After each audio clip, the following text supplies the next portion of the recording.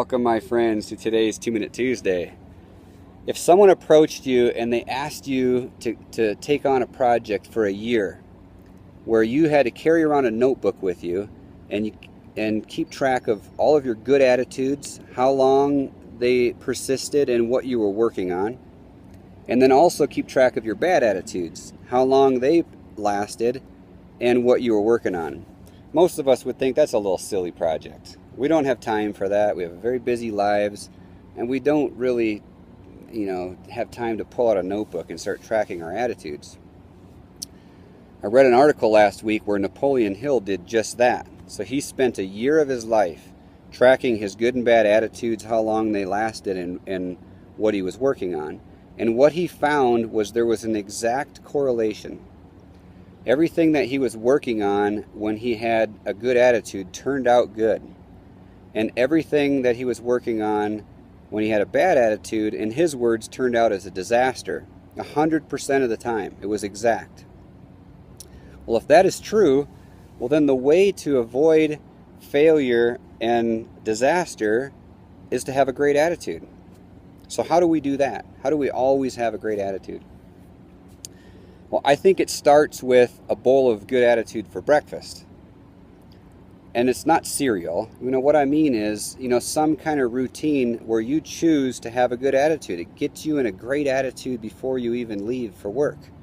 A lot of people just get up and go to work, and their attitude is established on the way to work when somebody cuts them off, and then they got a bad attitude all day. So have a bowl of good attitude for breakfast. A couple of months ago I shared with you this morning routine. That's what I'm talking about. Have a bowl of good attitude like that. And the second thing is to quickly identify when we have a bad attitude. This is not an easy thing. We have a bad attitude about having a bad attitude even. Even if you look at children, when you tell them they have a bad attitude, they don't want any part of admitting that that's true. Well, we're the same way. So quickly to be honest and identify I have a bad attitude. And then what is it that you can do to, an attitude is like a muscle. So if you want to have a good attitude, you need to know how to flex your good attitude muscles. What does that look like? What can we use to get out of a bad attitude quickly and get into a good one? Some people use music. Some people will use exercise. Some people want to read something inspiring. Some people want to talk to somebody else or be around somebody else who has a great attitude all the time. And that's another thing that's important to recognize. Your attitude affects everyone around you.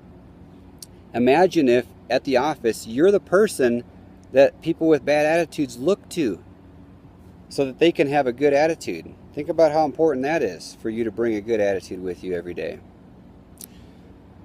So have a bowl of good attitude for breakfast. Learn how to quickly identify that you have a bad one, and learn how to flex your good attitude muscles so that you can quickly have a great attitude in life.